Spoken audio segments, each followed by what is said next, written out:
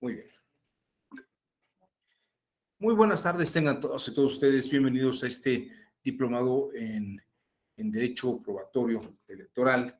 Mi nombre es Juan Abelardo Hernández. El día de hoy, el día de mañana y el próximo miércoles estaremos hablando de valoración probatoria. Voy a abarcar algunos temas esenciales y sobre todo me gustaría, más que hablar de una teoría de la prueba, dar algunos elementos que puedan ser interesantes en el análisis y de la evaluación de la prueba, ¿no? ¿Qué es lo que hay que revisar en la prueba? Generalmente esta materia, esta asignatura, me ha tocado verla con académicos muy brillantes, pero que hablan sobre elementos de prueba y algunas teorías de la prueba, pero no necesariamente quiere decir que uno vaya a probar de esa manera, ¿no? Hay literatura interesante sobre materia probatoria. Algunos académicos incluso han hablado sobre la teoría de la probabilidad, combinando lo que es más probable como algo que pueda ser algo que se pueda probar, ¿no? Tal vez haya un término de confusión terminológica, pero vamos a hablar sobre eso, ¿no? Que algo sea probable, algo que se pueda probar. En ese sentido, algo que sea probable es igual a algo que en probabilidad vaya a ocurrir. Esto es lo que vamos a revisar, porque me parece que es un término equívoco que está utilizado de dos maneras que no son correctas. Pero bueno, vamos a comenzar haciendo una exposición básica sobre materia probatoria. Si ustedes me permiten, voy a utilizar unas láminas para meternos en el tema de la prueba. A ver, aquí está.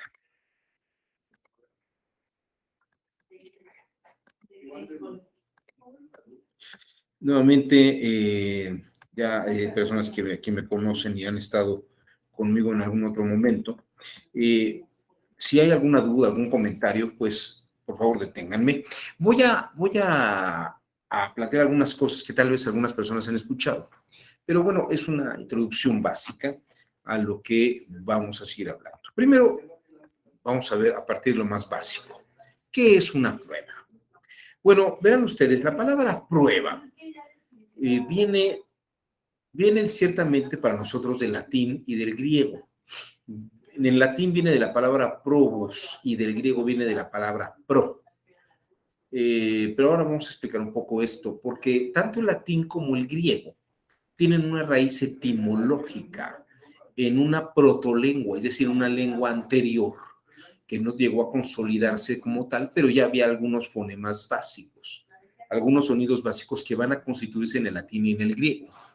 El indoeuropeo, que es como se le ha llamado a esta lengua, tiene los fonemas per y pro o po, ¿no? Que quiere decir poner delante, puesto algo delante de alguien o poner a la vista de alguien algo. En griego, cuando decimos que hay una prueba, se habla de la pro, estimar lo que está delante de nosotros. Cuando decimos pro algo, ¿no? Pro vida, pro aborto, pro derechos humanos, ese pro es lo que va adelante. Pero el sentido de pro como prueba es lo que se pone delante de alguien para que lo vea y lo examine. Esto es muy importante. La palabra latina probus también toma esta idea del griego pro, que es poner delante de alguien algo. Entonces, prueba es poner algo delante de alguien. ¿Para qué se pone esto delante de alguien? Pues precisamente para avalar la calidad de lo que de lo que se está presentando. Por ejemplo, cuando decimos probus argentum, la expresión probus argentum, hacía referencia a lo que se pone a prueba de la plata, ¿no? Hay personas que ven la plata, la analizan, la pueden ver y pueden detectar que es plata de buena ley, ¿no? Plata de buena ley, o es una plata de buena calidad, ¿no? Entonces, la expresión que utilizaban los latinos era probus argentum, como que se daba el aval de que aquello era bueno. O cuando hablamos de que íbamos a sembrar en un lugar algo, se decía la palabra probus ager, Quiere decir que dábamos por bueno que el campo o esta tierra era buena para sembrar tal o cual producto, ¿no? Esta es una buena tierra para sembrar tabaco o esta es una buena tierra para sembrar tomate. Y luego también se utilizaba en general por los romanos las palabras proba merx, como mercancía probada. Se revisaban, por ejemplo, las telas, que el tejido estuviera bien realizado para que no fuera una tela que durara poco, sino que fuera resistente y fuera una buena tela. Entonces, en ese caso, hablamos de la proba merx, perdón, de la proba merx, la mercancía probada. Pero cuando hablamos de probado, es precisamente que lo damos por bueno, que lo vemos, lo analizamos y decimos, esto es de buena calidad, es de buena ley, es un buen terreno para hacer esto. Entonces, la palabra probo es como lo que se avala, ¿no? Avalar algo que tiene calidad. En materia judicial, podemos extender esta idea cuando decimos probo oratio. La probo oratio es que el lenguaje que se está exponiendo o algo de lo que se está dando testimonio es válido, es de buena fuente, es una persona de calidad la que está exponiendo una idea. Hay un lenguaje de honradez. Cicerón dice que precisamente eso es una proba oratio, perdón.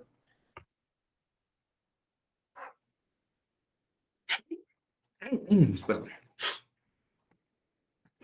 La probo entonces es ver como bueno algo que es útil, algo que es creíble o que se manifiesta como algo reconocible. Eso es algo que se prueba. Ahora bien, no sé si hasta aquí hay alguna duda, alguien tenga algún comentario. Probar es precisamente poner delante de y que se avale la calidad de lo que está probando.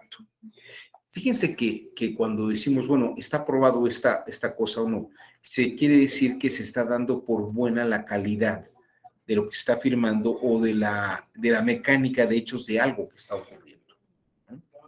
No todo lo que se presenta es una prueba, ¿no? Técnicamente algunos los llaman indicios. Y ya cuando verdaderamente dan calidad de que es eso que se presenta, es un aval de algo que tiene sustento y avala algo que se está afirmando que se está haciendo, entonces es una prueba, ¿no? No todo lo que se presenta es una prueba. Podemos tener elementos que son indicios, nuevamente repito esto, pero a la hora que se revisa, pues dice, bueno, pues esto indica algo, pero no es una prueba, todavía no avala algo al 100%, ¿no? Es de lo que vamos a hablar hoy. Entonces, es muy importante que se analice la prueba como algo que nos da aval. Esa es la palabra que me gustaría que quedara clara. Es el aval de algo que pasó o de un hecho o de un evento, ¿no? Bien. Si esto es así, voy a hacer una distinción. Hay verdades. Esta distinción que voy a hacer es una verdad. Bueno, es una distinción de verdad que viene del siglo XVII. Es muy importante esta distinción, porque no todo lo que se avala, no todo lo que se avala de la misma manera. Gottlieb Wilhelm Leibniz distinguía lo que eran verdades de razón de verdades de hecho. Y esto me parece que en materia probatoria es esencial entenderlo. Una verdad de razón es algo que se puede inferir con principios universales y abstractos. Por ejemplo, en la matemática, en la geometría en concreto, se puede decir que todo triángulo equilátero tiene ángulos de 60 grados, porque la suma interna de un ángulo son 180 grados. Entonces, si los tres ángulos son iguales, lo único que puede dividirse entre tres con la misma cantidad de un ángulo de 180, de un absoluto de ángulos de 180 grados, son 60 grados por ángulo, si es un triángulo. Entonces, no hace falta ni siquiera dibujarlo. Si entendemos la idea de triángulo equilátero, Sabemos que todo ángulo interno, la suma de ángulos internos de todo triángulo son 180 grados. No hace falta dibujarlo. La razón misma nos ayuda a inferir que el ángulo de cada uno de los ángulos, el ángulo o los ángulos de un triángulo equilátero que tiene lados iguales son de 60 grados. Eso es una verdad de razón. Es algo que no hay que experimentar para avalarlo, ¿no? Para entenderlo. Son principios que en la abstractividad se ven con claridad.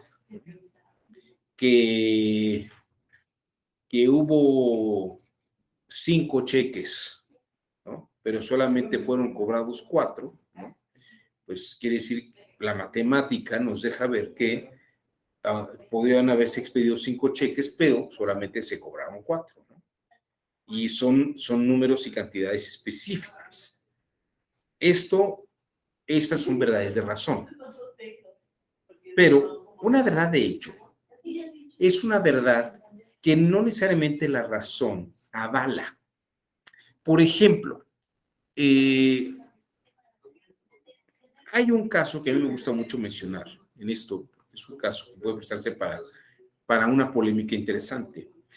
En una urna, durante unas elecciones, boletas que no han sido dobladas, ¿significa que hubo fraude? ¿Significa que se violaron esas urnas? Es una pregunta. Por la razón no podría decir, fíjense, por la razón puede decir, bueno, es que todo voto tiene que pasar por una ranura, pero no son principios universales matemáticos. Son presupuestos que se dan precisamente por lógica. Pero en la práctica misma, esa lógica no es absoluta, porque podía haber ocurrido muchas cosas para que alguien metiera esos votos sin haberlos doblado, que no fueran fraudulentos. Podría haber versiones fraudulentas, pero podría no haber fraude, ¿no? Aquí tienen ustedes un Twitter que salió en una época ya un poco alejada del presente, donde este personaje, Castañeda, dice: ante el Tribunal Electoral del Poder Judicial de la Federación informa, denunciamos que en las elecciones de Campeche hubo urnas embarazadas. Ahora, con el recuento confirmado que así fue, pues hay votos para Partido Morena MX donde las boletas ni siquiera fueron dobladas y a otras ni se les desprendieron el número de folio. Eso es un hecho. Ahora, es un hecho que haya habido fraude. Esto es muy importante. Es un hecho que las boletas no estaban dobladas, pero toda boleta no doblada en una urna equivale a un fraude. Quiere decir que hubo urnas embarazadas, como las llaman. Esto es una verdad de hecho que habría que ver si efectivamente se confirma lo que se está diciendo, ¿no? Gottlieb Wilhelm Leibniz distingue lo que es una verdad de razón de una verdad de hecho.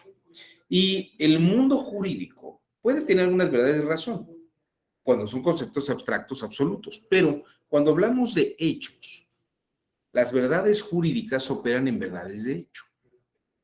Leibniz escribió varios textos de lógica para avalar lo que eran las verdades de razón y las verdades de hecho. Uno de estos libros fue su tesis doctoral, que se llamó Sobre la condición o sobre las condicionales, donde explicaba cómo con un método lógico matemático se podía concluir algo. Esto es interesante porque aquí no hay que confundir una verdad de razón con una verdad de hecho. O sea, decir que todo triángulo rectángulo tiene un ángulo de 90 grados o que la suma de los ángulos de un triángulo equilátero son 60 grados, eso no hace falta ni siquiera comprobarlo. La razón lo infiere por los términos abstractos que están allí.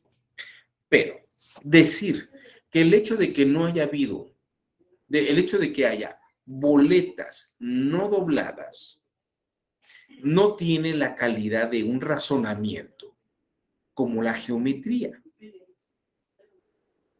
¿Por qué?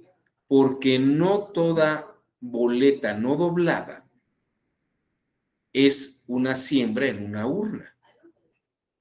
Mientras no se muestre ese hecho como tal, es una mera especulación y una conjetura.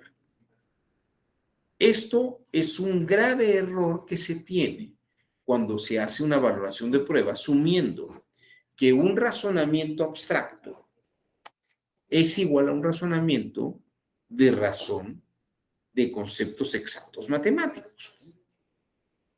O sea, no podemos decir, es que se infiere por naturaleza, es que si no está doblada, pues sí hubo fraude, si no, ¿cómo llegó allá?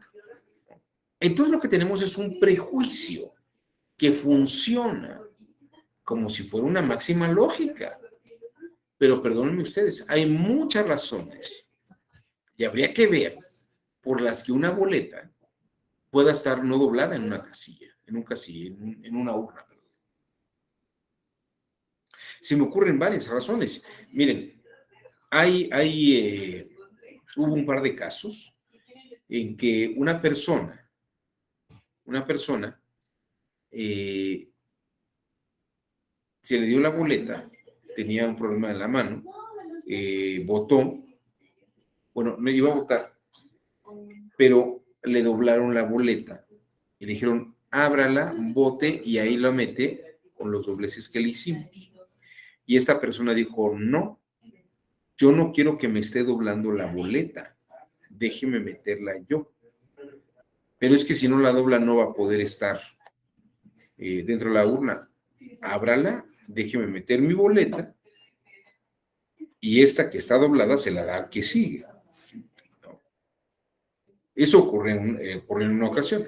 En otra ocasión ocurrió que al iniciar la apertura de casilla, había gente de la tercera edad, gente muy mayor, que quería poner su voto en la urna, pero le decía, es que es muy complicado meter el voto doblado en una ranurita, ¿por qué no nos abren la urna y metemos los votos?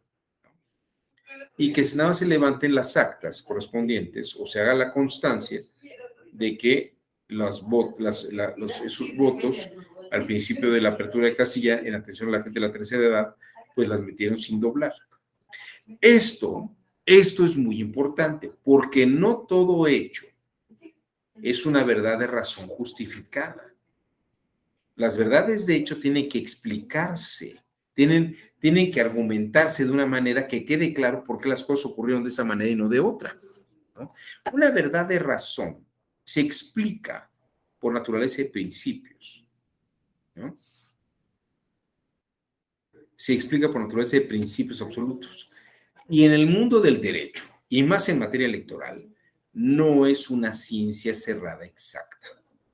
Por lo tanto, no podemos hacer verdades de razón de manera abstracta. Lo que se trata de probar son verdades de hecho. Lo que trata de demostrarse son verdades de hecho. Entonces, esto que no se confunda. Esto es muy, muy, muy importante. Ahora,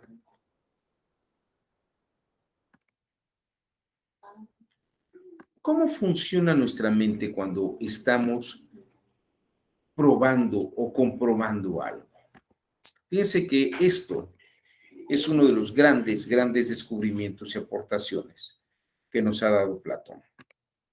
Había un filósofo alemán que se llamaba Hermann Cohen. Y Hermann Cohen decía, siguiendo Platón, que nuestra mente, que la gran aportación de Platón es que demostró cómo funciona nuestra mente. Y las verdades de razón, por ejemplo, es como cuando a alguien le dicen un teorema o una hipótesis. La hipótesis del teorema de Pitágoras. La suma del cuadrado de los catetos es igual al cuadrado de la hipotenusa. Entonces la mente le dicen eso y se dispara la mente y se imagina toda la operación. Esta es la distancia 6. 1, 2, 3, 4, 5. Ah, no, perdón, esta es la distancia 5. 5 cuadritos. Aquí hay 4 cuadros y 3. Y te dicen el cuadrado de los catetos, o sea, el cuadrado de 3 y de 4 es igual al cuadrado de la hipotenusa. Entonces vemos 3 por 3 es 9, 4 por 4 son 16, ¿no? Y vemos que la suma del cuadrado de los catetos es 25, igual que si hiciéramos el cuadrado de la hipotenusa. Esta es la hipotenusa. 5 por 5, 25. Como verán, el cuadrado de los catetos, la suma del cuadrado de los catetos es igual al cuadrado de la hipotenusa. Y entonces nuestra mente se disparó y lo alcanzó. Un filósofo alemán que inmigró a los Estados Unidos, que se llamó Leo Strauss, dice, esto que pasa con la mente matemática y la mente que piensa en cosas geométricas y saberes exactos, también funciona en el disparo de procesos mentales. Yo puedo narrar una serie de planteamientos, ¿no?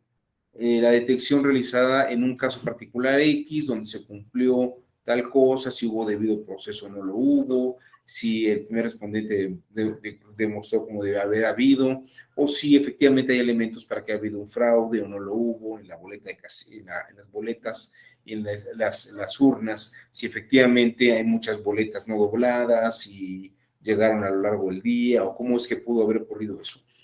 La mente se dispara también a hacer una hipótesis, pero a diferencia de una verdad de razón, no tiene la precisión y la claridad de una verdad de hecho.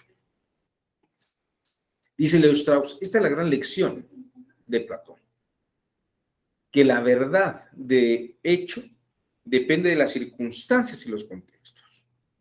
La verdad de razón depende de las circunstancias y los contextos. Entonces, fíjense que es muy importante esto, porque una verdad de hecho no depende de un planteamiento hipotético abstracto, como si fuera una verdad de razón.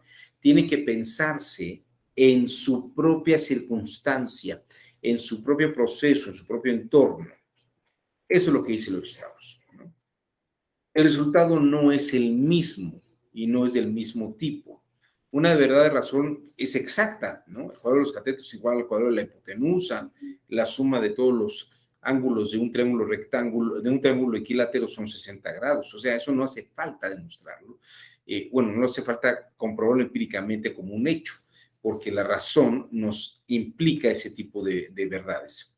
Una verdad de hecho es el resultado que varía en razón de los participantes, les digo el contexto, quién está hablando, qué experiencia tuvo, ¿no?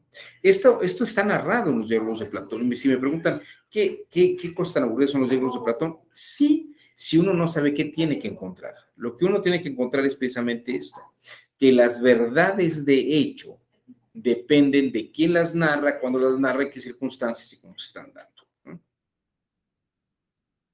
Esto, sobre todo, Platón lo platica en un par de diálogos muy importantes que son el Protágoras y en el Gorgias, ¿no? Y a mí me parece que todo este proceso ocurre en el campo jurisdiccional. Eh, Algunos autores distinguen, sobre todo los griegos y los alemanes, distinguen lo que es un concepto, o dianoia, de una noción o una noesis. La, la dianoia o concepto es una terminología que funciona en ciencias exactas. Un ángulo recto es un ángulo de 90 grados. Esto es una verdad de razón. Por eso decimos que son exteriores, porque todo el mundo lo ve igual, son atemporales, no importa en qué momento se esté analizando una u otra, y son absolutos en cuanto que no hay excepciones, ¿no? El ángulo de 90 grados, en un ángulo recto siempre tendrá que ser un ángulo de 90 grados. No hay ángulos rectos que no sean de 90 grados. Ahora, una noción es un término que puede variar. Ser pobre depende de la época, del lugar, de las circunstancias y de lo que pudiera compararse como pobreza. ¿Qué es ser pobre? ¿Qué es pobreza extrema? La pobreza extrema de hoy no era la pobreza extrema de hace 50 o 80 años. Entonces, lo que caracteriza a las nociones es que las nociones son movibles, son dinámicas, depende de qué, cuándo, cómo, dónde, son circunstanciales.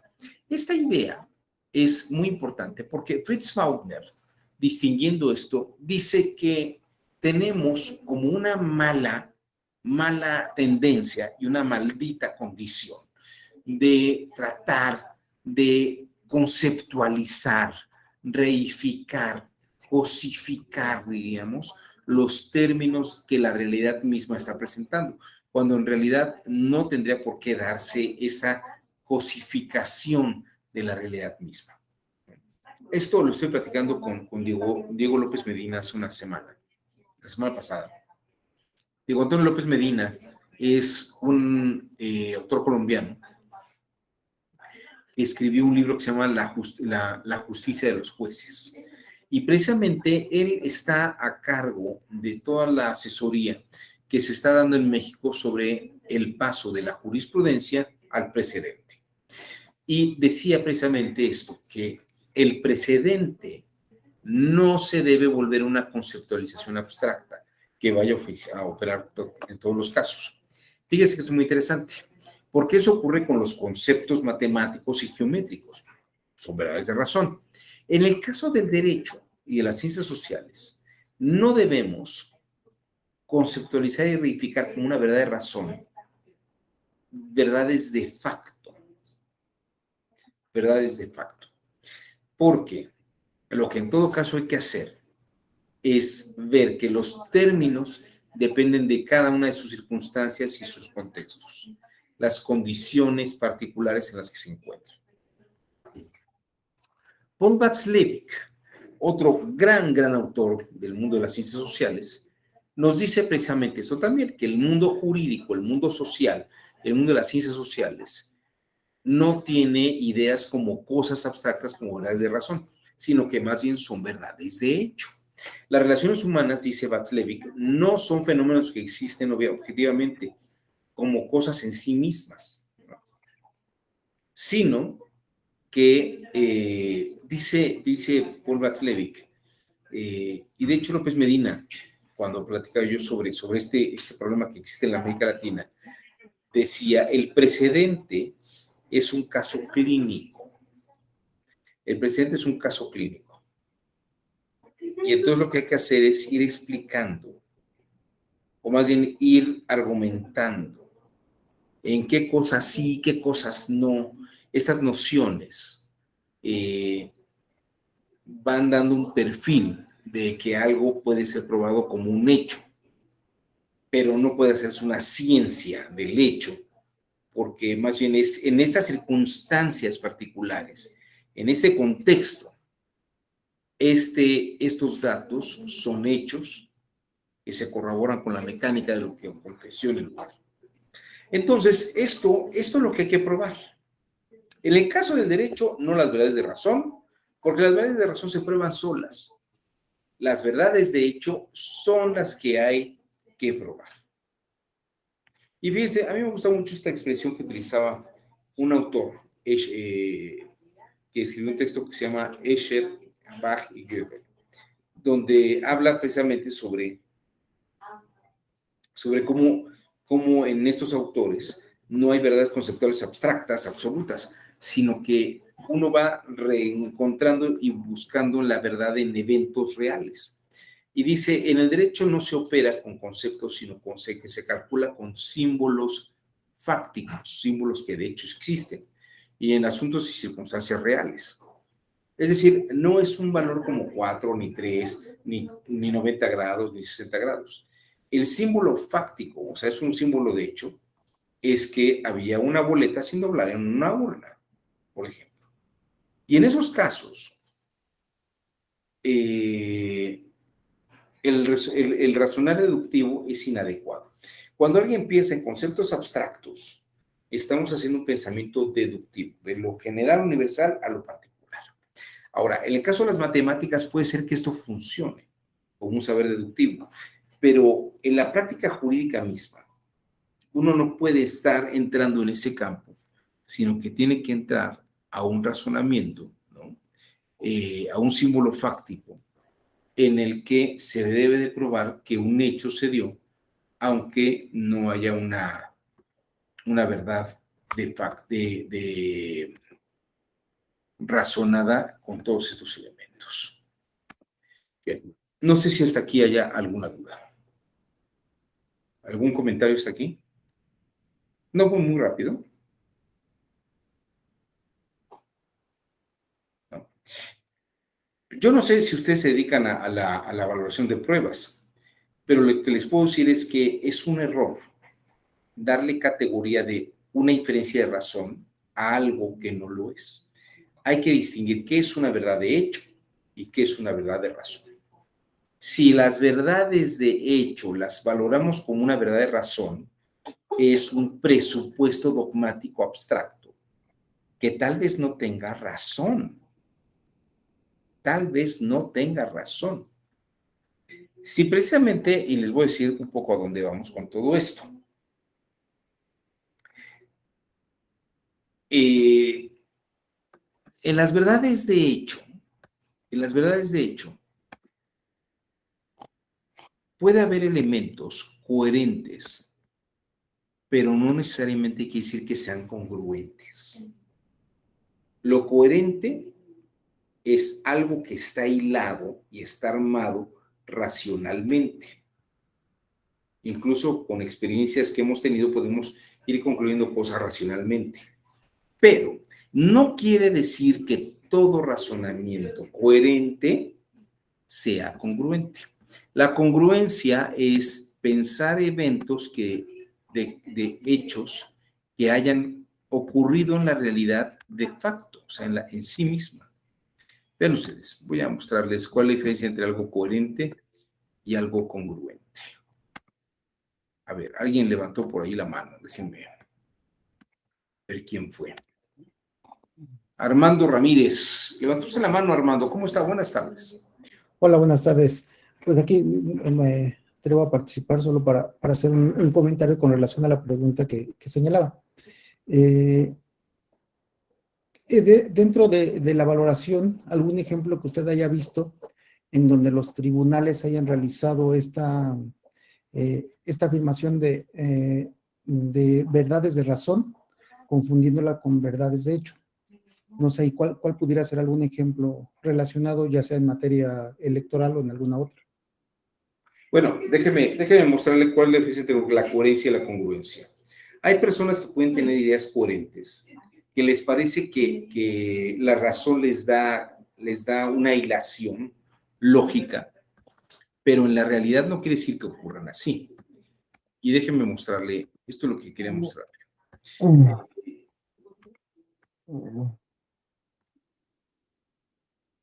Déjenme mostrarle esta lámina, creo que puede ser muy didáctica.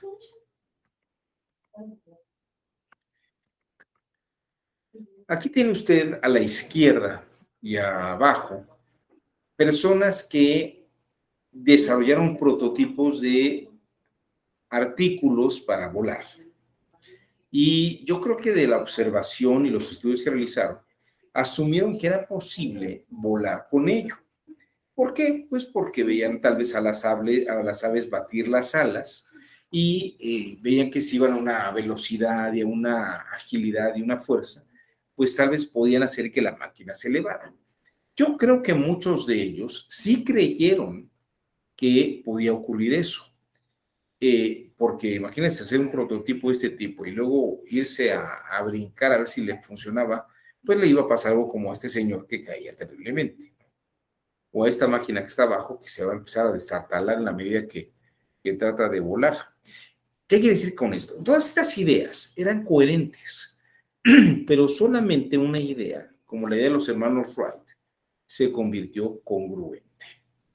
Es decir, lo que se pensaba tenía un correlativo en la realidad que sí funcionaba tal cual. Es decir, la mecánica de hechos coincidía con el armado de coherencia de los hermanos Wright, mientras que la mecánica de hechos de los otros prototipos no funcionaba en la coherencia. Entonces,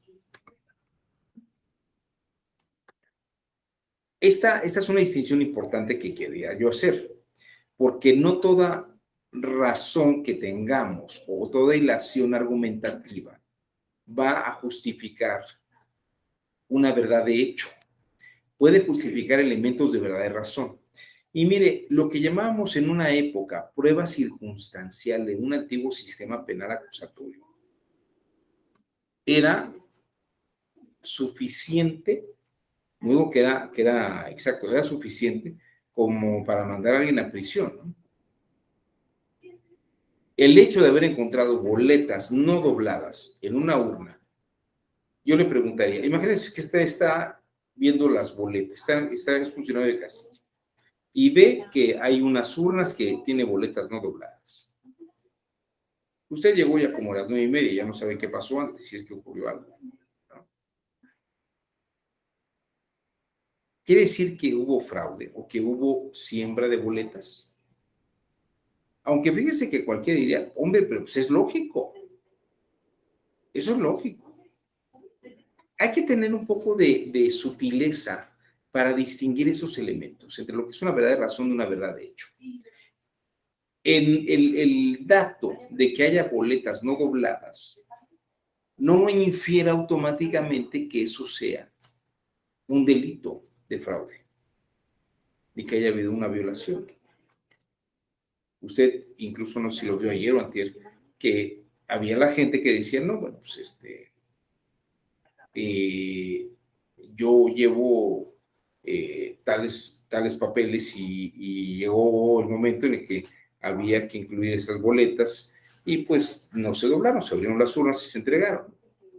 Pero eso no quiere decir que haya habido fraude, quiere decir que hay que, fíjese, la mecánica de hechos no coincide con la justificación o la acusación de fraude. ¿Me explico? El hecho de que una persona llegue a votar a un lugar que no es su casilla, no quiere decir que esté en un carrusel, ¿no? El hecho de que llegue un patrón con sus empleados a votar a un lugar, no quiere decir que el voto esté comprado. Puede ser que los votos comprados, la gente llegue en bloque, pero no todo llegue en bloque es igual a un voto comprado. No sé si va quedando esto claro, Armando. Es decir, hay cosas que parece que sí son, pero no son.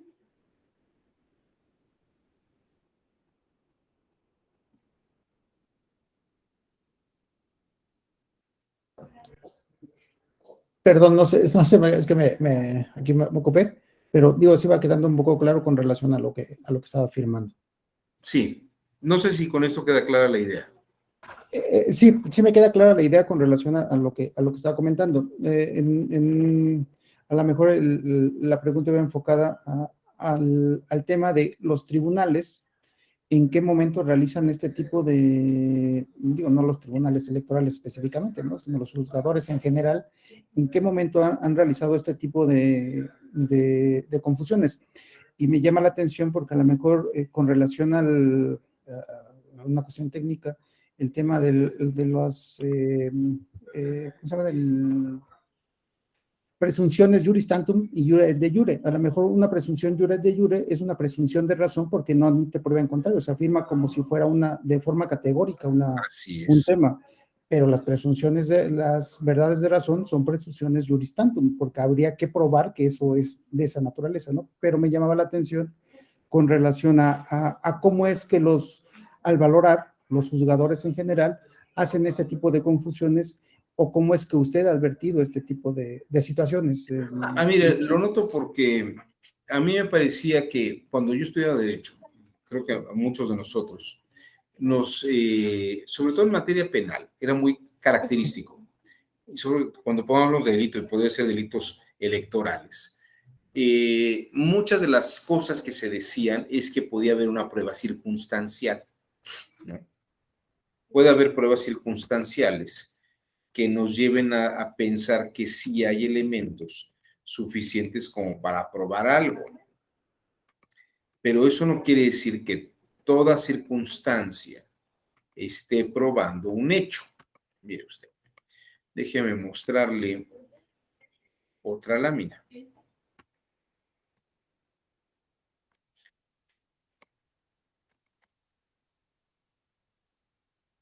Déjeme mostrarle esta lámina. y ahorita Víctor de la Paz. Mire, le voy a mostrar esto porque es muy burdo, pero creo que es muy claro. Y cuando yo era estudiante, bueno, todavía hoy en día, me ha tocado ver que hay quien lo plantea de esta manera. Fíjense, vamos a pensar que tenemos lo que se llama una prueba circunstancial. Hay una narrativa coherente, pero hay que ver si es congruente. Yo puedo tener un cadáver de una persona que fue muerta por una bala que estalló en su corazón, ¿no? Tengo registrado el casquillo y por el tipo de rasgo, sé de dónde salió la bala que le estalló el corazón. Sé que el arma de donde salió la bala era un arma propiedad del indiciado, la persona que está detenida.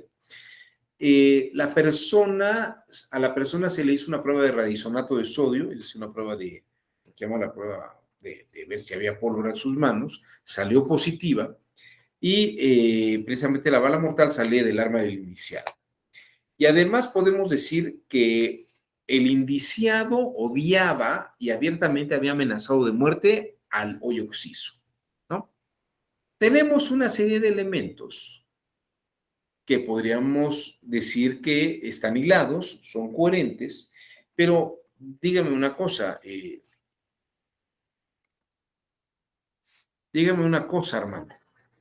Con eso tenemos una prueba de hecho. ¿Qué es lo que falta de hecho? ¿Cuál es el hecho? Desde la óptica, básicamente, que el indiciado haya disparado el arma que mató al... Ese es el eslabón que falta por tener. Pero sí, fíjese que yo no sé qué edad tenga usted, yo creo que usted anda casi en mis 50, tal vez un poco menos de los 50, pero yo creo que usted y yo conocemos derecho, conocemos esos casos y que había mucha gente que iba a dar por pruebas circunstanciales.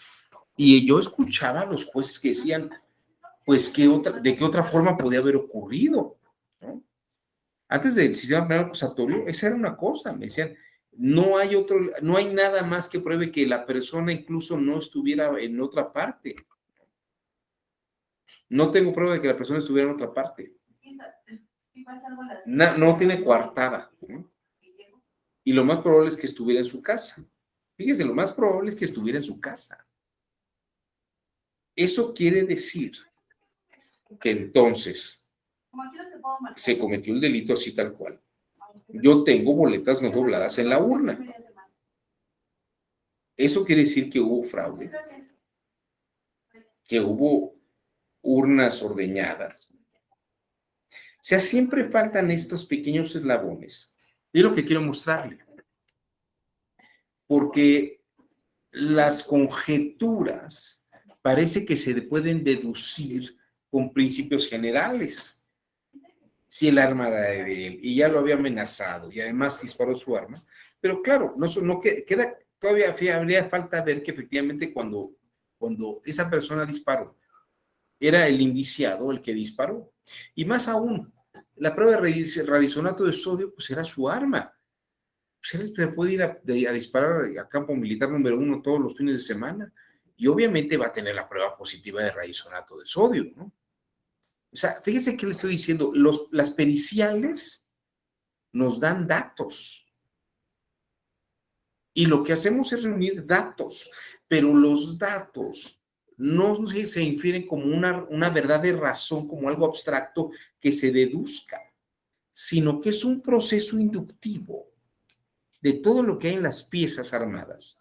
Y hay que verificar si la conexión de datos de facto coinciden con una verdad de hecho.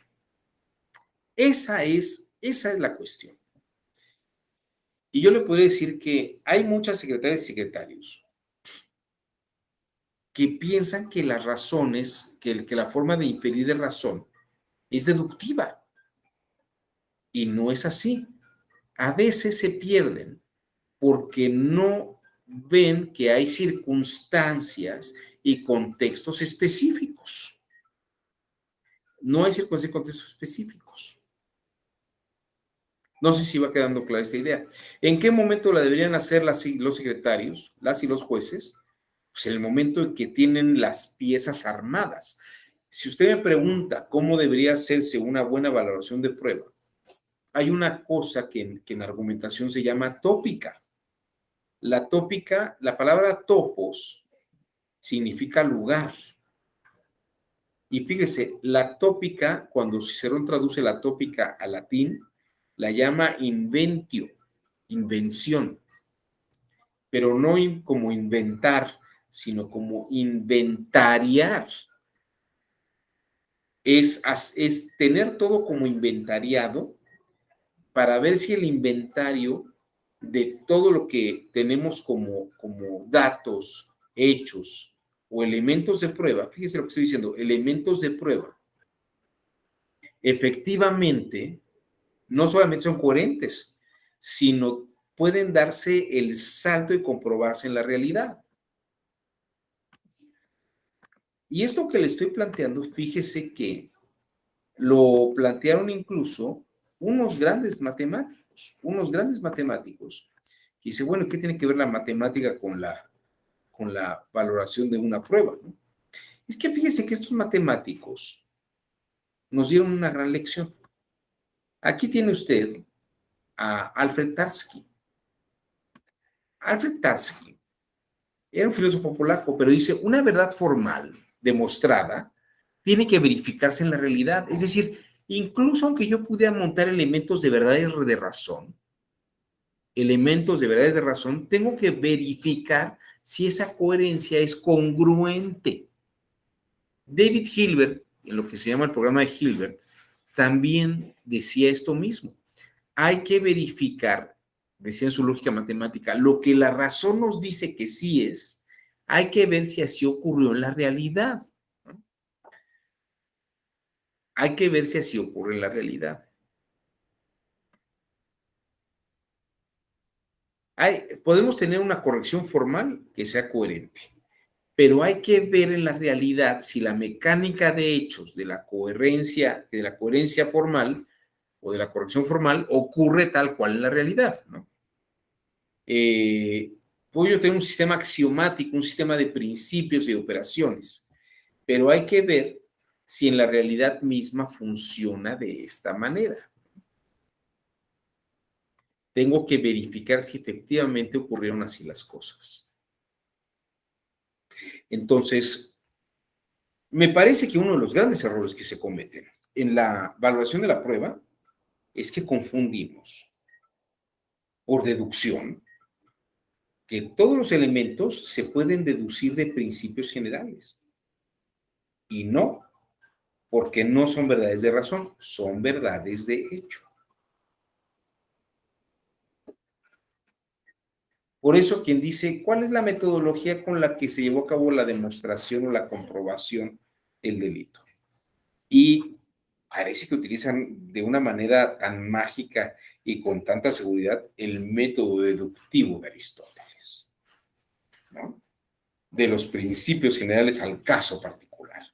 Pero perdónenme ustedes, todos estos principios generales funcionan muy bien en la matemática y en la geometría, pero aterrizarlos a casos concretos, pues ahí sí no, como diría aquel, ahí no, chato, ahí sí no. Ahí hay muchas cosas que no son verdaderamente tan válidas como uno podría suponerlas.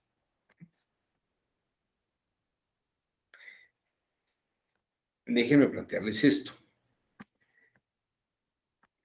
Y vamos a pensar que hay algunos principios básicos elementales. Tomás de Aquino, que era un sabio, seguidor de Aristóteles, uno de estos sabios del siglo XIII.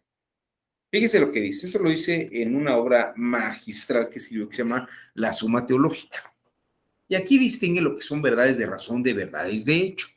No las llama así, pero fíjense ustedes cómo lo dice. Dice, la razón especulativa trata principalmente sobre cosas necesarias, como los números matemáticos, ¿no? Sus conclusiones particulares, como sus principios comunes, expresan verdades que no admiten excepción. Un triángulo rectángulo tiene un ángulo de 90 grados y el resto de sus ángulos tiene que ser de 90 grados. La suma de los dos ángulos restantes también tiene que ser de 90 grados, porque la suma de todo triángulo es igual a 180 grados. La suma interna, la suma de los ángulos internos de todo triángulo son 180 grados. En un triángulo equilátero, ¿de qué apertura son sus ángulos? De 60 grados. Entonces, en cada triángulo particular que vemos, se repite el principio general, y ahí sí hay una deducción. Pero fíjese, dice Tomás de Aquino, en la razón práctica, que es aquí donde podemos insertar las verdades de hecho, en cambio, se ocupan de cosas contingentes, como son las operaciones humanas, y por eso, aunque sus principios comunes todavía se encuentra cierta necesidad, cuanto más se desciende a lo particular, tantas más excepciones hay. ¿Me voy explicando? Es decir, en la medida que en lo general se va encontrando con particularidades, no es igual. Así pues, en el orden especulativo la verdad es la misma para todos, ya sea en los principios, ya en las conclusiones. Pero en el orden práctico, la verdad o rectitud práctica no es la misma en todos a nivel del conocimiento concreto y particular.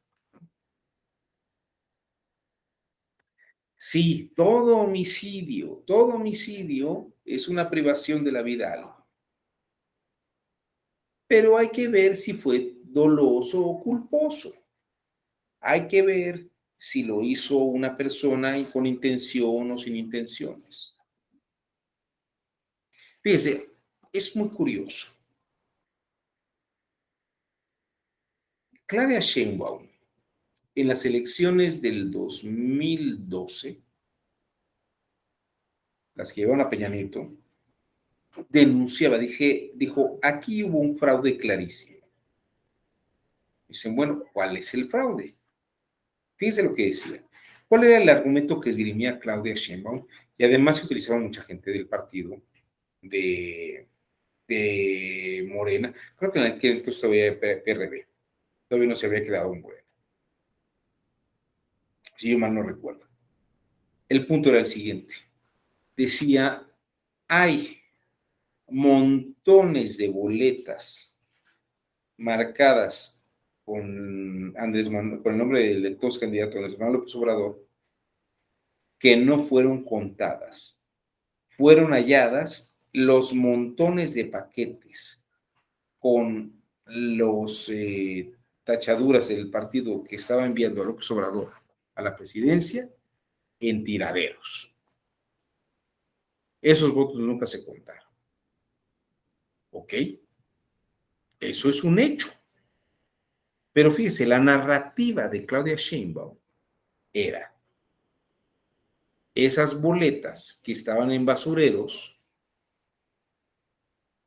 eran boletas que se sacaron de las urnas o nunca se metieron en las urnas, podían haberle dado el triunfo al candidato, pero como no entraron en las urnas, sino que se enviaron a la basura, le robaron la candidatura. Pero fíjese que el punto aquí es el siguiente. Es un argumento coherente. ¿Qué tan congruente es? Porque fíjese que es muy curioso.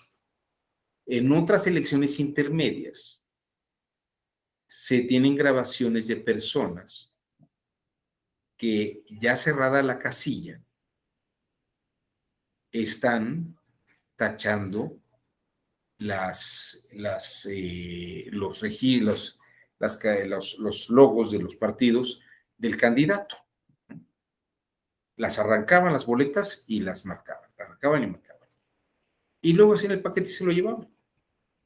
Y claro, fíjese que es muy curioso porque dicen, el número de boletas en las urnas no coinciden con el número de boletas que quedaron en los cuadernos. ¿Sí lo ve? Claro. Pero estamos suponiendo que todo lo que se arrancó de los cuadernos, de los blocs de boletas, se dieron para votar. Y claro, a nivel nacional es una estrategia muy interesante. Yo no digo que así haya ocurrido, digo que así ocurrió en un par de casillas, porque se tiene la prueba, ahí sí se tiene la prueba, que dos personas de la casilla arrancaban las boletas, ya cerrada la casilla, marcaban y las echaban en botes, en bolsas. Claro, una percepción en general diría, pues en coherencia, si no coinciden, si hubo fraude. No sé si me estoy explicando. ¿Queda clara esta idea? O sea, hay muchas cosas que ocurren que podríamos razonarlas de facto, pero el razonamiento no quiere decir que eso efectivamente haya ocurrido, porque se piensa como una verdad coherente. Y sí, sí es coherente, pero no quiere decir que sea congruente. Ese es el punto. Este es el punto esencial de la consideración. Entonces, fíjense, la valoración de la prueba, vamos a decirlo en estos términos. Déjenme irme a esta lámina.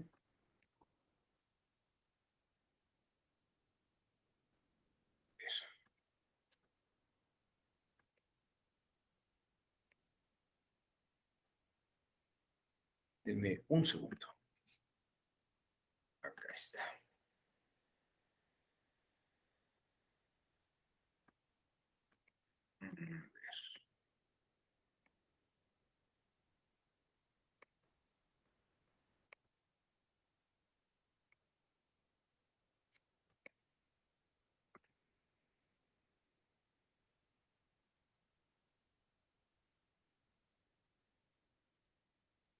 Sí, vamos a ver esta lámina de acá.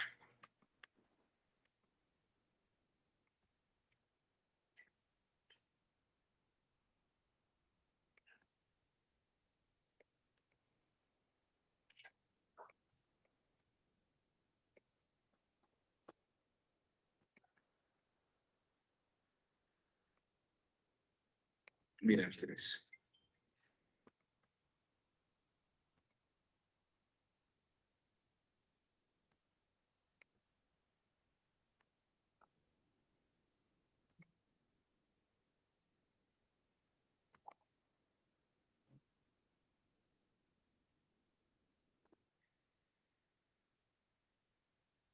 Dice Santís Melendo, Santís Melendo, dice, la finalidad de la prueba parecería que es probar los hechos.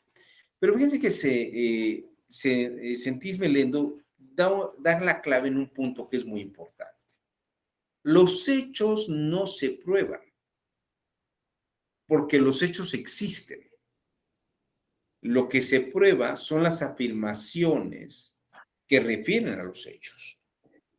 O sea, yo no debo de probar que hay boletas en el bote de basura, en un tiradero. Eso es un hecho. Es un hecho que el candidato del Partido de la Revolución Democrática perdió las elecciones porque no tuvo tantos votos. Es un hecho que el número de boletas entregadas o en la urna no coincide con el número de boletas arrancadas. Es otra verdad de hecho. Pero la estructuración, que diga, claro, hubo fraude porque hubo boletas que no entraron en la urna, sino que fueron tomadas, se sacaron de las urnas o nunca entraron y las vieron de que eran del partido y ¿qué hicieron? Las fueron a tirar al bote de basura, a un tiradero. Entonces, ¿qué genero? Pues puedo generar una gran sospecha porque parecería que sí hubo un robo de boletas, ¿no? Que nunca entraron en las urnas. Pero fíjense, eso es una narrativa sobre un hecho. Y lo que habría que probar es que la narrativa justifica la mecánica de hechos que no hay que probar. La mecánica de hechos ahí está. ¿Ya? O bueno, o que hubo una mecánica de hechos tal como se está narrando.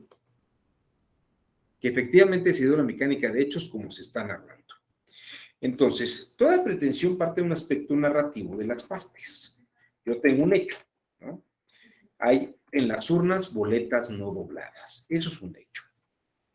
Ahora bien, yo pretendo, con mi narrativa, decir que hubo una condición irregular y por lo tanto pretendo que se anulen las elecciones o que se anulen los votos de esa casilla, ¿no? Que se anulen los votos de esa casilla porque hubo irregularidades. Y en la causa de pedir, expongo mi justificación. Es que alguien puso esas boletas no dobladas en las urnas. Porque ¿cómo pudieran haber llegado a las urnas si no estaban dobladas? No había forma de que esas boletas entraran en las urnas. Entonces, en materia probatoria, lo que se debe probar no es que haya boletas no dobladas en las urnas. Eso es un hecho. En todo caso, lo que se debe probar es la narrativa de cómo ocurrió la mecánica de hechos que dañó y afectó derechos constitucionales. Ese es el punto. Ahí está el punto. Este es el medio del asunto. Que las narrativas lo que nos están diciendo es que las cosas ocurrieron como decimos que están ocurriendo. Bueno, Sí. ¿Quién está en la parte de tecnologías? A ver. Creo que es Cristian, ¿no? Cristian Medina. O abrirse el micrófono si quieres. sí, perdón. Ah, perdón. Bueno, no sé si aquí queda clara esta idea. Fíjense que estoy mostrándoles cómo una serie de hechos, esos hechos están allí, pero no se prueba el hecho. Lo que se debe de probar es la mecánica de hechos, que la mecánica de hechos efectivamente se avala por la narrativa de lo que se está diciendo. Es decir, lo que tú me dices es que alguien se llevó todos esos votos y los tiró a la basura. Voy a ver si pones ante mí, yo juez, pones ante mí esa narrativa y estos elementos, las boletas que estaban en el bote de basura, los datos de la elección, los cuadernitos donde se venían las boletas, que se ve que se arrancaron esas boletas y tantos votos en las urnas, ¿no? Ahora, yo tengo que ver y hacer valer como operadora o operador jurisdiccional, como magistrado de sala regional o de la sala superior, que efectivamente eso violó derechos constitucionales. Y es que eso efectivamente, si fue un fraude, si hubo estos elementos. Pero también debo de señalar esto otro. Puede ser que sí sea verdad que no coincidan los datos de las boletas que quedaban con las que estaban en la urna. Pero eso no quiere decir, como diría la señora Sheinbaum, que las boletas que faltaran se entregaron, ¿no? No quiere decir que las boletas que faltaran en los cuadernos de boletas se hayan entregado para una elección. Porque también qué perverso sería pensar que alguien las arrancó y las marcó y las mandó a un bote de basura para generar confusión. Pero además eso es un delito.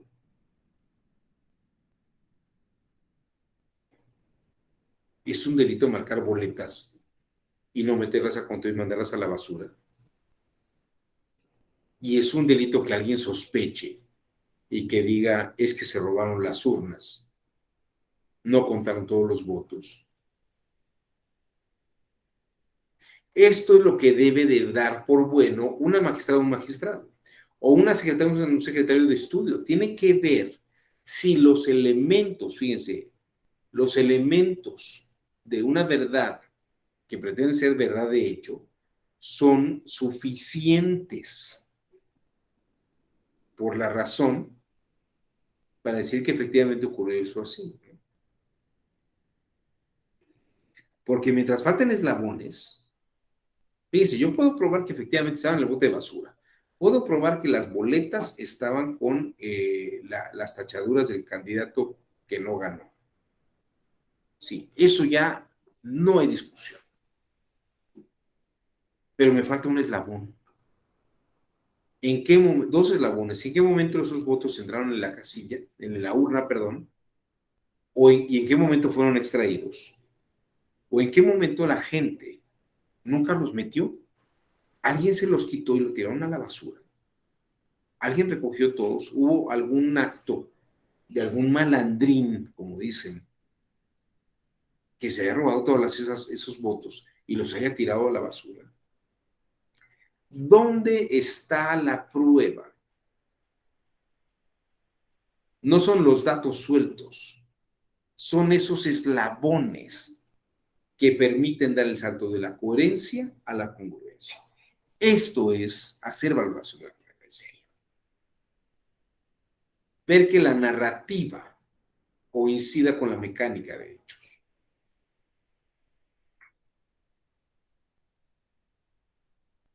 Hay una serie de técnicas que podría yo sugerirles para ir analizando si esas verdades de hecho son verdades de razón. Vamos a ver algunas de ellas, pero a ver, antes de que nos sigamos, déjenme darles datos.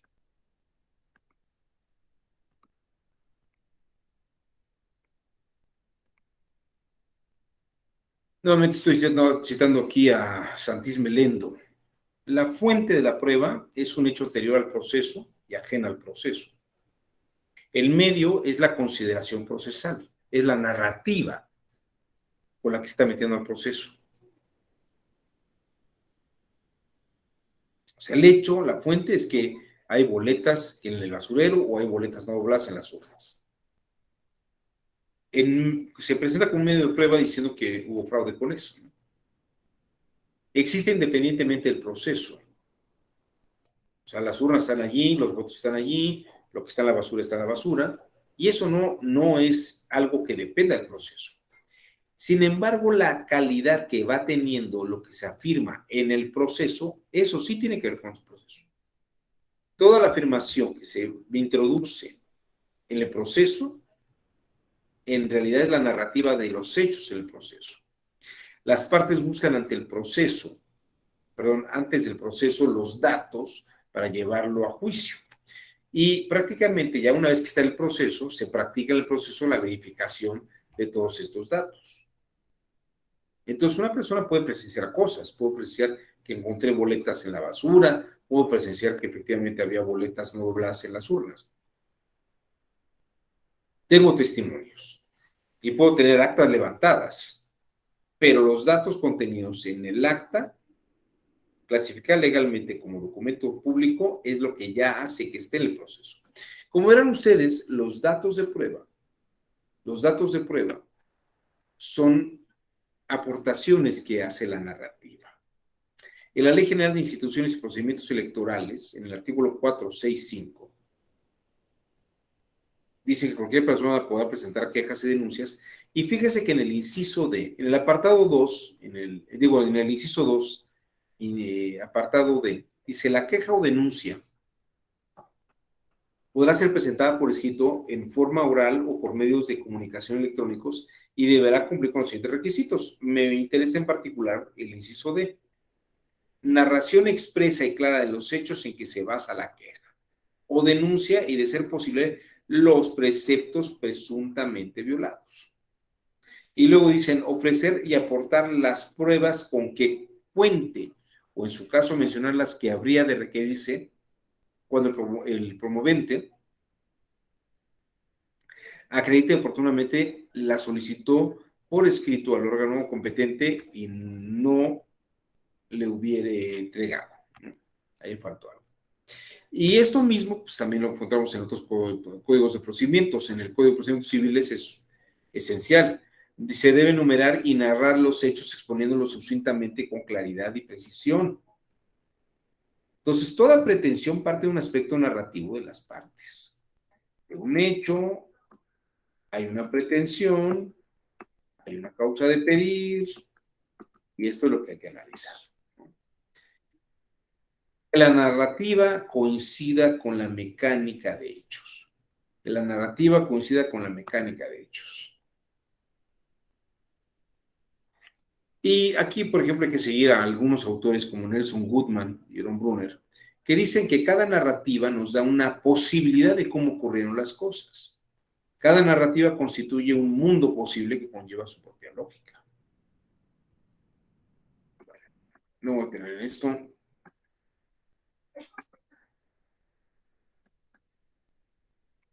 Pero este es el punto clave. No son los hechos, son la narrativa sobre los hechos. Y esa narrativa sobre los hechos no se puede estudiar como si fueran principios abstractos que se van a deducir. Precisamente es un estudio de conjetura, bueno, podría ser inducción, casos particulares, pero también podría ser lo que llamamos abducción. No tiene nada que ver con extraterrestres. La abducción lo que significa es que yo planteo una conjetura, una hipótesis de cómo pudieron haber ocurrido las cosas, pero no me trago la historia de que estoy haciendo una deducción exacta. Y lo que tengo que hacer es, mediante argumentos sólidos y un análisis a detalle de todos estos datos, verificar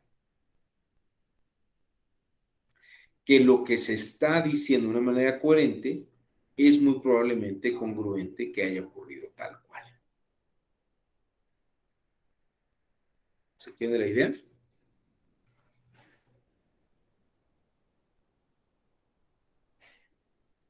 ¿Algún comentario? ¿Alguna pregunta hasta aquí? No sé cómo lo ve usted, Armando. Ya le dije pensando muchas cosas. Sí, correcto. Bueno, en esa afirmación también creo que estoy de acuerdo con usted que lo que se prueba van a ser las afirmaciones que las partes hacen con relación a cómo sucedieron los hechos. Y al menos, bueno, los medios de prueba darán cuenta de si esa narrativa es coherente con lo que se dice, ¿no? Y a lo mejor la parte, para llegar a la congruencia que usted indica, toda esta narrativa en una sentencia se debe de ponderar para efecto de llegar a lo que se conoce como verdad jurídica, ¿no? Más allá de si esos hechos sucedieron o esa narrativa sucedió como en la realidad, pero al menos en el expediente estará de esa forma. Incluso puede ser una cosa muy interesante, Armando. Puede ser que las dos narrativas que están dando, tanto por la defensa como la parte actora, no hayan ocurrido tal cual. Y como diría Jerome Brunner, es una fábrica de historias en la que los dos son mentirosos. Cristian Aldrete, levantóse la mano, le escuchamos. Aldrete.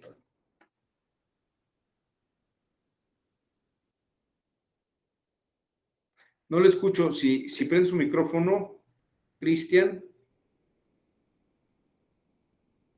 Bueno, a ver, entonces en lo que Cristian prende el micrófono, Daniel Antonio Ríos levantó la mano. Adelante, Daniel, le escuchamos. Muchas gracias. Muy buenas tardes a todos. ¿Sí me escucho bien? Perfectamente. Gracias. Bueno, mi intervención va encaminada a esta un poquito deducción y aducción que usted refiere. Creo que en los medios impugnativos o, digamos, procesales dentro de la materia, incluso contenciosa, en un procedimiento ordinario no tenemos mayor problema, porque la autoridad administrativa para la prueba, ¿no? Y ya es el tribunal que determine si se va correcto, ¿no? Aquí yo tengo... Perdón, Daniel, perdón, es que lo estoy oyendo como entrecortado. ¿Le podría pedir pero si apaga la cámara a ver déjeme, ya me si escucho su mejor. internet... A ver, ¿Ya no ahí se mejor. corta? Por eso me estoy acercando aquí para escucharle. A ver, siga usted. ¿Ya se corta? No, se sigue Eh, cortando. O sea, tiene como una voz robótica. Si quiere apague la sí, cámara y a ver si sí, es más estoy ágil. todavía con conexión. Se está intentando restablecer A Listo. ver, ahí ¿Se restableció? se oye mejor. Ok, rápidamente, para no quedarnos sin conexión, nada más lo que refería era que, por ejemplo, ponemos aquí los ejemplos de procedimientos ordinarios sancionados, cuando tenemos la autoridad administrativa hace las veces de juez y parte, ¿no? Porque investiga, integra el expediente, valora las pruebas y reúne todos estos requisitos, ¿no? Y, bueno, existe la cadena impugnativa, que en su caso ya el tribunal valorará la, la calificación correcta o no de los hechos planteados, etcétera, ¿no? Y de las pruebas. Aquí nosotros, bueno, lo que se ha dado mucho, o en este proceso pasado, que como la tendencia va en aumento, fue con los especiales sancionadores. Por ahí, pues ya los criterios de la sala superior, donde pues las autoridades administrativas no valoramos pruebas, sin embargo, de alguna manera deducimos los hechos. Aún así, hay por ahí, bueno, al menos el tribunal de aquí nos ha regresado algunos asuntos porque determina que hicimos una valoración probativa, lo cual a mi parecer no era así, ¿no? Sin embargo, en los alegatos que se exponen, pues se desestima de la autoridad jurisdiccional y pues no tenemos nosotros como autoridad administrativa un recurso para, eh, digamos, Sí, cuestionar le esa entiendo. decisión, ¿no? Está todavía cortándose un poquito, Daniel, pero fíjese, entre todo lo que yo he dicho y entre lo que he podido entenderle, fíjese que usted mismo lo está diciendo. Está realizando una operación deductiva y habría que ver si efectivamente su operación es deductiva, Sí, ¿no? lo Habría que, que ver por el ejemplo, caso particular, ¿no? lo que mucho alegábamos nosotros en descubrimientos era que no tenía que ver con materia político-electoral. Es decir, nos presentaban hechos que sucedían sobre todo en redes sociales, donde aparece un candidato o un servidor público y, no sé, está incluso que, que aducían era afectación a la contienda, ¿no? Por exposición de la imagen del candidato. Pero analizando los hechos, pues no tenían nada que ver una cosa con la otra, ¿no? Es Bueno, decir, ahí tiene usted. Entonces, sí es un problema eso, porque hemos tenido un mal método al pensar que el método deductivo es el método para valoración de pruebas. O sea, funciona muy eh, bien en la geometría y en las matemáticas y en ciencias de principios absolutos, pero no es muy buena idea para comprobar hechos verdades de hecho. sí, es decir, o sea, nosotros no valoramos para nada la prueba, ni tocábamos la prueba, solamente esos hechos.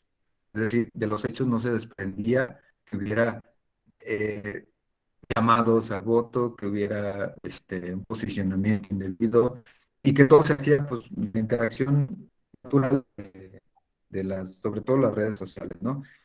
Pero, bueno, ya el tribunal local se ha ido como alineando en ese sentido y entonces ahora como que la tendencia es, pues, investiga, da la entrada y finalmente el tribunal ha resuelto la existencia de los hechos, ¿no? Él, pues, a nosotros nos ha sobrecargado, nos ha sobresaturado en ese sentido. En aceptar tantos casos de estos supuestos que no llegan absolutamente a nada, ¿no? Es interesante lo que está tocando. Quiere decir que hay algunas impresiones y fallas que habría que ir corrigiendo. Si quiere, vamos a dar la voz a Cristian Alderete, que levantó la mano hace rato, y luego nos vamos con Víctor de la Paz. Adelante, Cristian. Hola, hola, espero me escuchen ahí. Perfectamente. Algunas fallas técnicas. Debo de admitir que posiblemente lo que diga pueda sonar un poco fuera de lugar, pero es por mi peculiar forma de ser. Oportuno de Usted escuchar ahí. dígalo, usted no se detenga. Escuchaba ahí los comentarios que tenía respecto con Armando, el cual lo saludo, pues, como conocido, siempre peleo con él. En el sentido de que si realmente lo que se afirma, lo que se prueba son afirmaciones y no hechos, en virtud de la cita que usted maneja. Yo le decía, Sí, no sé si estoy totalmente convencido de eso. ¿Por qué? Porque al final del día, las afirmaciones que se hacen, ¿no? Si nosotros damos por sentado que realmente lo que se está probando o la materia probatoria va enfocada a afirmaciones y no a hechos, tendríamos que dar por sentado que todos los hechos son reales o no reales. Y la realidad, al menos el hecho real o el causal probatorio de la historicidad de los hechos, pues dejaría a un lado, ¿no? Tendríamos que probar afirmaciones, que al final del día es una estrategia de litigio. Me queda clarísimo que cada quien prueba las afirmaciones hacia los hechos que mejor le convienen, pero no se está probando realmente una historia sobre los hechos. Viene a mi mente específicamente, y si puedo ponerme y extenderme si es que no hay inconveniente por usted y mis compañeros, un ejemplo muy típico de coautoría en materia penal.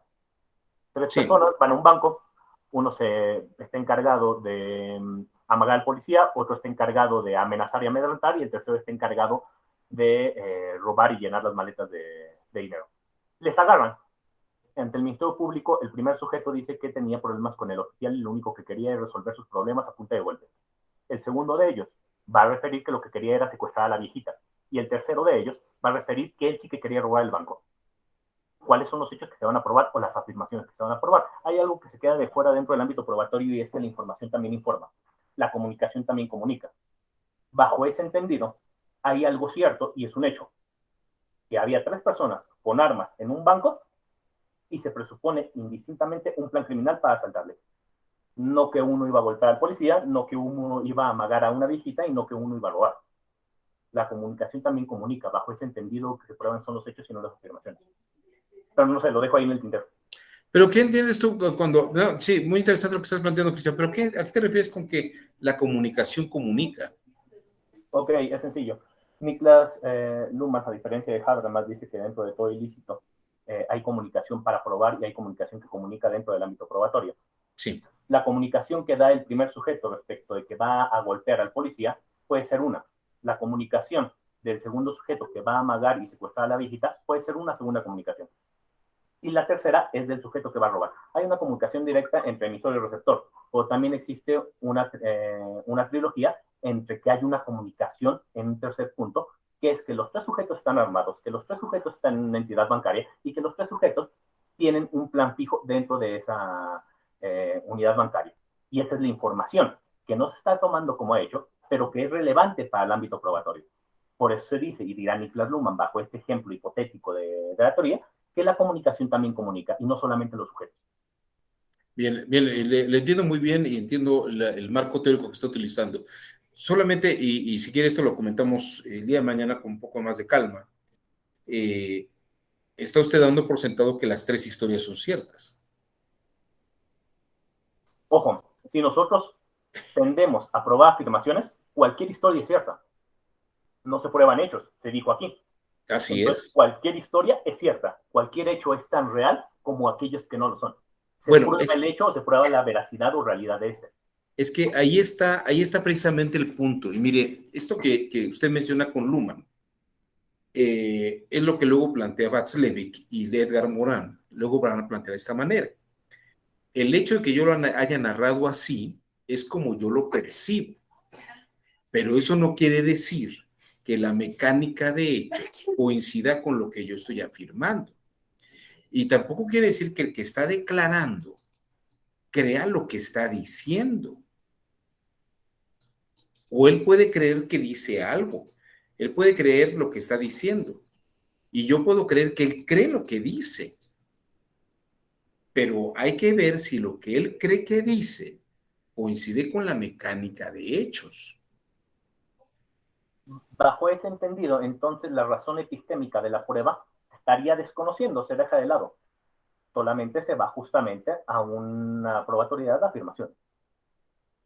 La ratio de la prueba, entonces, bajo la historia del hecho propiamente establecido, no se tiene que llevar. Bajo una teoría de la prueba en la que se tiene que reunir hechos históricos, hechos probatorios, hechos jurídicos, entonces lo fáctico queda de lado. O al menos lo histórico. Cada quien habrá de retomar, e insisto, lo entiendo, esa estrategia de litigio, aprobar las afirmaciones que cada cual puede llegar a corroborar.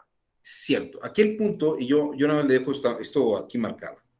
La escuela de Nueva York, donde están Jerome Brunner, por ejemplo, y algunos otros teóricos, ¿no? Pero ahorita, mañana si quiero los platico. Jerome Brunner dice que la forma en que alguien construye una apreciación se puede ver por la narrativa que utiliza. Pero el hecho de que alguien lo afirme es como él construye que ocurrieron los hechos. Pero esa construcción epistemológica, jurídica, no quiere decir que de facto los hechos hayan ocurrido así. Él cree lo que dice. Y mire, se lo planteo en estos términos.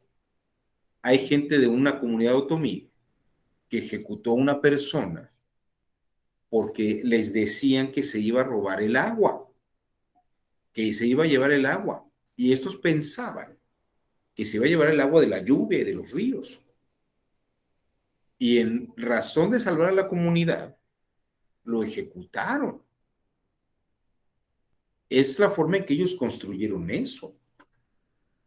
Y ellos socialmente consideran que es injusto que ellos, salvando los intereses de la comunidad, los hayan privado de su libertad mandándolos a una prisión porque le quitaron la vida a alguien que era inocente, cuando ellos en la construcción mental lo consideran como un delito. Es cierto, la comunicación comunica, pero si la gente tiene una apreciación, cada quien tiene una apreciación, pero mañana vamos a platicar un poco de eso. A ver, nada más, Víctor de la Paz, ¿quiere usted comentar algo más? Sí, para mí es algo novedoso el tema, no he estado proyectando en tribunal, pero pues sí me ha inquietado precisamente las diferencias que hay en las interpretaciones entre los tribunales locales y los federales, ¿no? De repente, pues me ha tocado ver sentencias locales que me parecen bien construidas y finalmente en salas regionales, por ejemplo, pues comúnmente se revocan, ¿no? Sobre todo me llamó mucho la atención y le di seguimiento en este último proceso a los procedimientos sancionadores y había una gran diversidad de construcciones y de reconstrucciones de lo que se desprendía de los expedientes. Comprendo bien teóricamente, ¿no? Cómo ahora entramos a esta serie de conceptos de cómo hay estos grados, tipos o niveles de verdad y que, pues bueno, finalmente en la práctica jurídica aspiramos solamente a construir la verdad más probable, ¿no? El juez, pues es finalmente el Vamos a ver eso mañana. Yo no sé si lo porque, más probable sea lo que tengamos que probar. bueno, partiendo de la idea de que el hecho es imposible de que se reconstruya, lo más cercano que hay a reconstruir un hecho es una videograbación, ¿no? El uso de la tecnología, y aún así tendría que contextualizarse, Así es. tendría que corroborarse, porque al final de cuentas también solo son segmentos de la realidad, y puede que solo sean parciales, ¿no? O editados incluso. Sí. Entonces, pues parte de esa idea, ¿no? El hecho es imposible de reconstruirse, solamente podemos recrear imágenes mentales, ¿no? Ahora sí que... Eso es bien importante lo que dice Víctor, sí. Bueno, y entiendo, entonces, a mí me inquieta mucho esa parte, ¿no? Digo, brevemente, recuerdo un asunto que estuve leyendo de una sentencia aquí de violencia política de género, y el tema de la violencia creo que es bien un ejemplo muy particular sobre el asunto de un ejemplo, ¿no? De una verdad de hecho. En un asunto de un ayuntamiento aquí donde una síndica interpone la queja precisamente por decir que es objeto de violencia política de género. En el expediente no había ningún señalamiento directo que dijeran que la habían amedrentado, amenazado o digamos, o disminuido, ¿no? Como persona, pero sí que no la habían convocado a sesiones de cabildo. Entonces, en la primera sentencia aquí se dice, bueno, hay violencia política, pero no hay un elemento de violencia de género, ¿no? Entonces, el expediente va y viene a sala regional más o menos 3 veces y finalmente se viene a resolver con un dictamen psicológico, ¿sí? Dice, bueno, es que al sentirse ella amenazada, porque obviamente en el dictamen psicológico dice que sí se sintió amenazada, que tenía miedo, bueno, una serie de test, ¿no? De cuestiones ahí donde la perito en psicología señala, y entonces eso se vincula con los otros elementos y finalmente se da por acreditada la violencia política. Pero, pues bueno, yo en las lecturas que le di de la sentencia sí me quedaba, pues muy, ¿cómo decirlo? Muy en, ¿qué onda, no? Sí, hubo violencia de género, o sea, que hubo violencia, porque obviamente se le excluyó de las actividades, pero en otros elementos que se recabaron, pues sí estaba cobrando, giraba comúnmente comunicaciones, solicitudes, pero en algunos aspectos pues no le contestaban algunos requerimientos, las áreas, y en otros a unas sesiones no fue convocada. Pero eso al vincularse con el dictamen psicológico, fue como, vaya, se concluyó que sí hubo violencia, ¿no? Entonces, pues a mí siempre me quedó un poco en el aire, ¿no? ¿Cómo decirlo? Pues no suficientemente probado quizás para mi criterio esa idea de que sí se cree. Pero bueno, es solamente un ejemplo, ¿no? Y entiendo la Claro. complejidad. Porque... Bien, déjeme nada más comentarle esto, se lo dejo aquí, lo veremos mañana con calma. Este es Edgar Morán, ha cumplido 100 años ya, pero dice, este es un gran epistemólogo y pensador contemporáneo, dice, el conocimiento no es un espejo de la realidad, es una reconstrucción cerebral a partir de signos captados y codificados. En esa construcción cada individuo lleva una interpretación subjetiva, pero eso no quiere decir que la mecánica de hechos coincida con esas creencias subjetivas. Es ahí lo que hay que explorar, pero mañana lo comento con más calma, porque ya estamos un poco ajustados de tiempo. Armando Ramírez, ¿quiere usted comentar algo antes de que nos vayamos? Perdón, es complicado estar en el trabajo y, y poner No atención. se preocupe. No, nada más era con relación a lo que había comentado Cristian, con relación a los hechos. De alguna u otra forma me parece que los hechos es, a lo mejor un poco en su narrativa es, un hecho es, alguien sustrajo dinero de un banco. Había un cadáver que estaba ahí, había un arma de fuego que se disparó. Así es. La narrativa de esos hechos, la narrativa de esos hechos es Armando fue quien disparó el arma, Cristian a lo mejor fue quien sustrajo el dinero, y en esas afirmaciones, o esa afirmación es lo que va a envolver la acreditación de esas afirmaciones. Y eso es lo que hay que probar.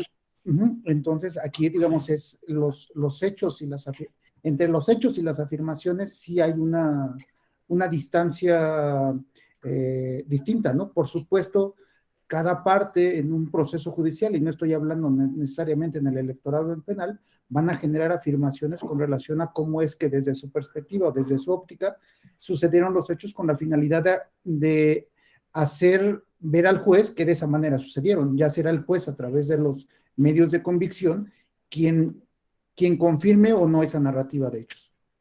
Así es.